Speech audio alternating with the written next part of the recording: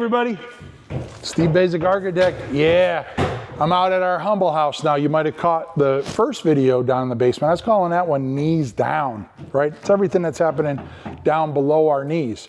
Now we're down in the basement. We're gonna walk around and we're gonna talk about knees up. What's happening above us, what's happening up above grade.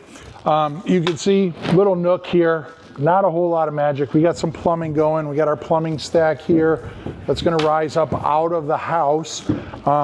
For those of you that might never seen it before, we have our water service in. So yeah, that's where our water is coming in.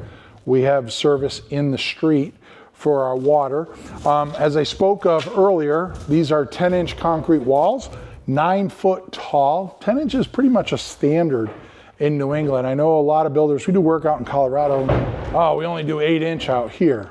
If I suggested an 8-inch wall here in New England, people would be like, really? Why are you cheapening out? So, you know, the regional aspect certainly plays a major role in what's happening. Now, this is a pretty simple floor frame. And by that, I mean, it spans from wall to wall, or what we would term clear span, right? There's no intermediate column or beam. These are clear spanning joists. These are Boise Cascade. These are AJS 25s, I believe. They have a 2x4 bottom and top cord, a 3/8 inch OSB web, and these are 14 inches deep. Notice our structural engineer does call for solid blocking down the middle, and that's what you could see here.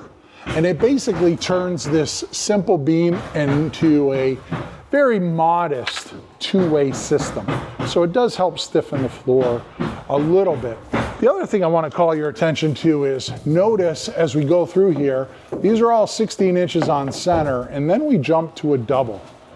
We go to a single, we jump to a double, single, double, single, double, single, and the last double.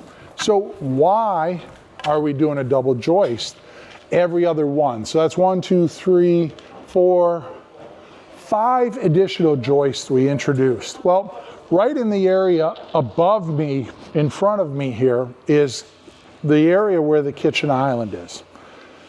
Kitchen is a pretty significant span. I don't know, we're probably 21 feet across there. I don't know, it's probably about an 11-foot plus island.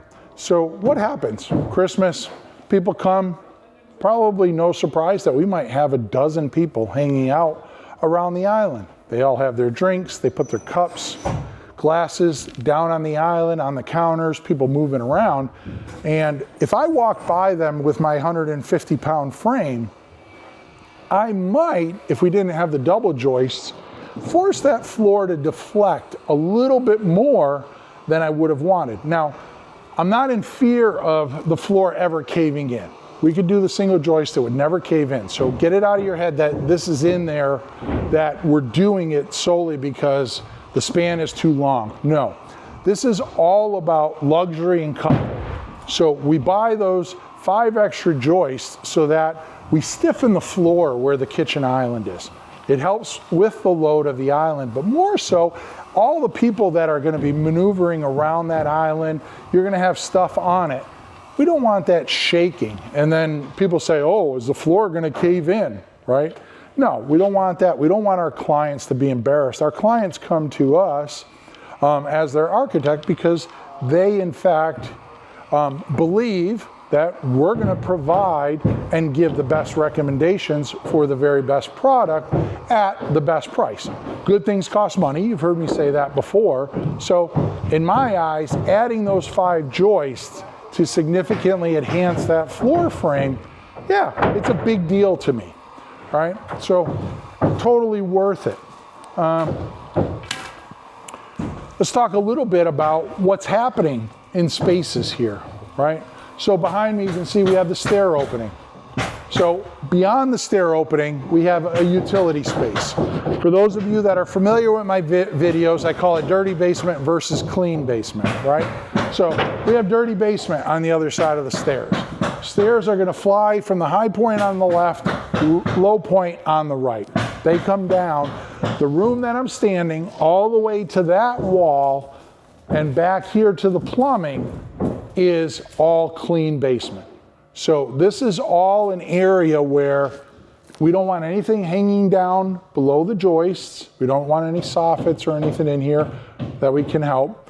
Certainly plumbing, none of that stuff is allowed to be attached underneath the joist here. We want this a nice clean, so when you come down the stairs, we have a nice media room, entertaining room down here. Now, on the other side of this column, this is all dirty basement again.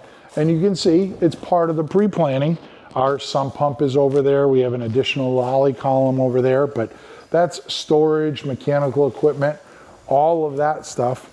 And then over here, while we could do this all as clean basement, the homeowner didn't have a need for that. So we have in this corner, we have it planned for a bathroom. Right now, we're not planning on doing the bathroom, just roughing it in, getting all the plumbing in, and then we'll seal off those pipes. But we all know how that goes. We get the slab poured, we start framing the walls on the inside, and the homeowner's like, you know, how much to finish that basement? You know, X amount of dollars. Okay, you know what? Let's just do it.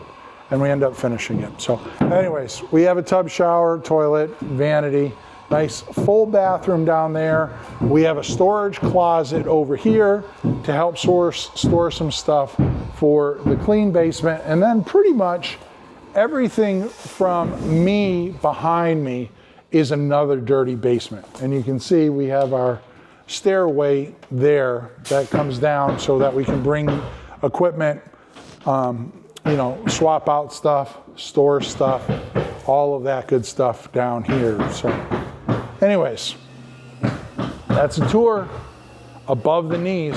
We're out here at our humble house. I'm Steve Baczek, architect. Hopefully you enjoyed that. If you did, make sure you're smashing that subscribe button. If you already haven't, tell all your friends. We're trying to put up some great information and share our projects with you and share in the conversation. Please feel free to put down a comment. I'm always reading them. A lot of times I can get to them.